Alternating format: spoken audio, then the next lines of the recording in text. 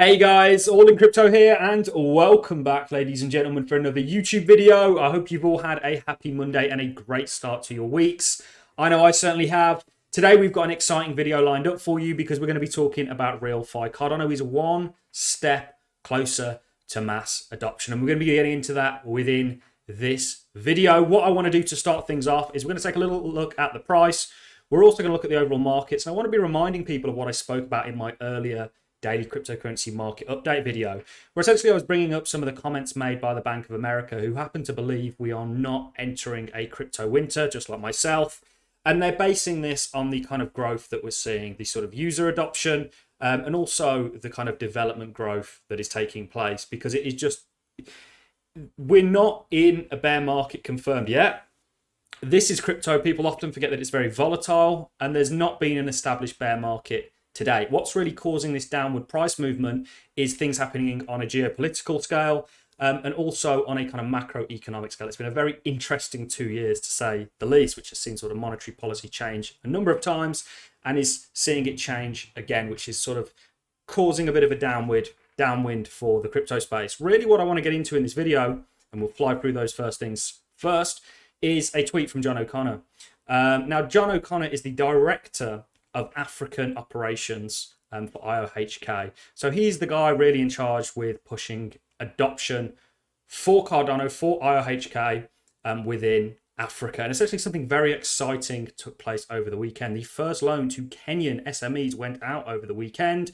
Looking forward to turning this into a product soon, so any Cardano holder can generate yield that's uncorrelated to crypto whilst making an impact. RealFi. RealFi is something I'm very excited about.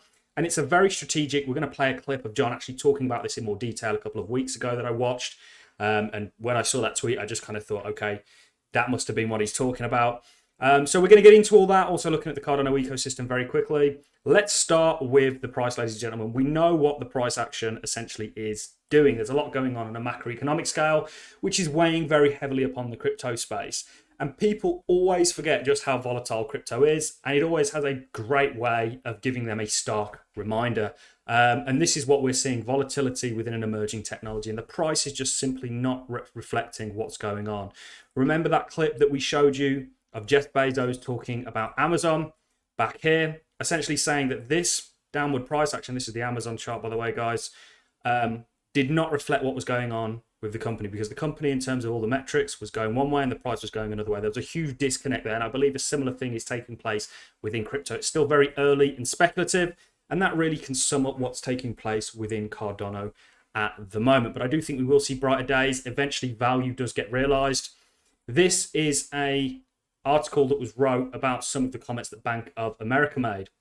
And I'll read a little bit of it to you before we sort of jump into the RealFi and all the exciting things going on in the continent of Africa and with John O'Connor and his team, World Mobile, etc. Bank of America sees no crypto winter given user adoption, development activity, and growth. Still, crypto market upside will likely be limited for the next 6 months by Fed tightening and macro headwinds. So that's what we're contending with right now. One of the reasons not just Cardano, but crypto in general saw such a appreciation was because of March 2020 and how that saw a lot of money get sort of pushed into not just the crypto space, but assets across the board. Tightening by the US Federal Reserve and macroeconomic headwinds are likely to limit upside for crypto over the next 6 months. This won't, however, be a crypto winter given the level of user adoption and growth in development activity. Analyst-led wrote in the notes on Friday, and it goes on. It was actually a good article, and it makes a lot of sense. You know, I just don't think we see typical 2-year-long bear markets like we previously have. I think everything has changed. We're more mature as a space now to really just move solely off the Bitcoin halvening. So let's get into some comments from, or some exciting things taking place within Africa. People often forget when the price is down, they take their eye off the ball. They stop looking at what's being built around them. And get very kind of negative about everything. It spirals, but there's been so much going on. Anybody saying Cardano is a dead project or there's nothing going on with IOHK or within the Cardano ecosystem, in my opinion, is completely ignorant and uninformed, in the sense that you know, they've not really bothered to check out what's taking place. Day in, day out, we're moving one step after another closer to mass adoption. And I think Africa holds a lot of keys to that. Africa is an extremely large continent that doesn't already have financial legacy systems in many cases to topple over to gain that adoption. It's kind of like it will be the best choice, RealFi and DeFi, for many people within Africa, certainly your sort of smaller to medium enterprises. And this is the tweet, and we'll play a clip of him actually talking about what's taking place here, why this is so huge. First loan to Kenyan SMEs went out over the weekend. Looking forward to turning this into a product soon so any Cardano holder can generate yield that is uncorrelated to crypto whilst making an impact. So it's a win-win for the Cardano holders, and it's also a win-win for the people that actually receive the loans, in this case, the Kenyan. So let's play this clip of John actually talking about this, and then we'll sort of make some comments on it and wrap this video up. Things are coming along really nicely within the Cardano ecosystem. We've got MinSwap launching soon. We made a video covering them more in depth yesterday. It's well worth a watch. Let's play the clip and then let's talk about it. News coming tomorrow and the next day and next week as well. Just a bit of a teaser there. So I'll jump straight into the questions, please, if you don't mind. And the first question will be,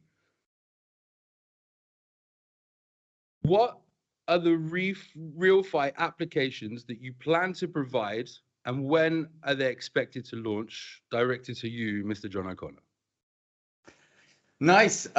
So yeah, RealFi is like the word for us, or at least more particularly for me, for the next year. So the first sort of step in the RealFi journey actually begins for us next week. So from next week, IO is actually lending. This is, of course, a couple of week old, over a week or less than a week, exactly a week old video. So it's already happened, what he's talking about here. Of our own balance sheet into Kenyan small and medium-sized enterprises. We're lending in small denominations for working capital. So this bridge between cryptocurrency liquidity and real-world economic value, real-world loan portfolios, is something that we're going to be building over the next year. And that starts, as I say, next week with a small pilot that we're running here in Kenya.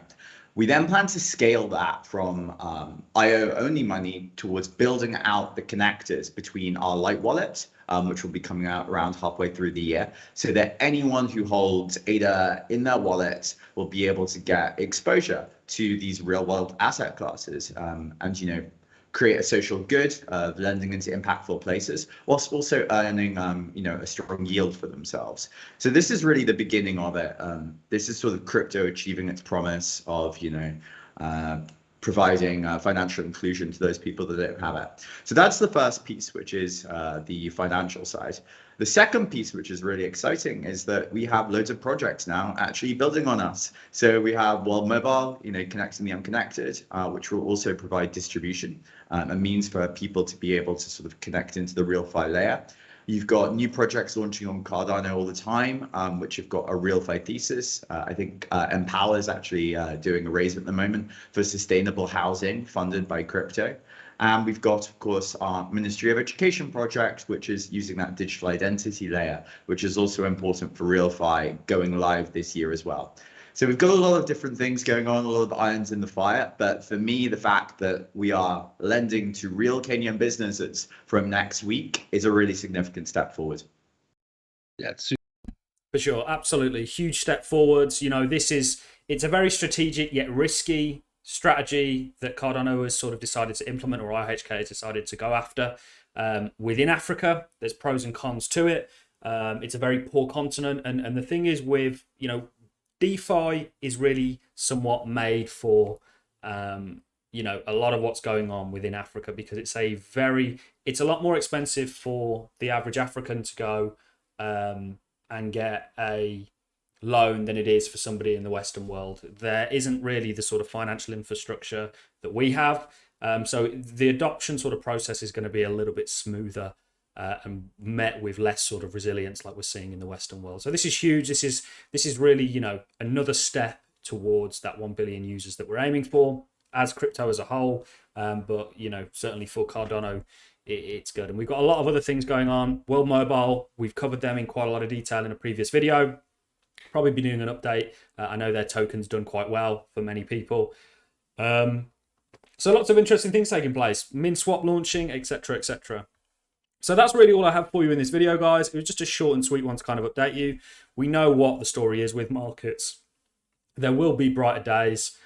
These, you know, just like the Bank of America essentially have came out and said, I'm on the same sort of page. I think right now we've just got headwinds across the board. But ultimately, you know, we will recover, and we are on this kind of adoption journey that we're very early on, and that's where the real value proposition for crypto comes in.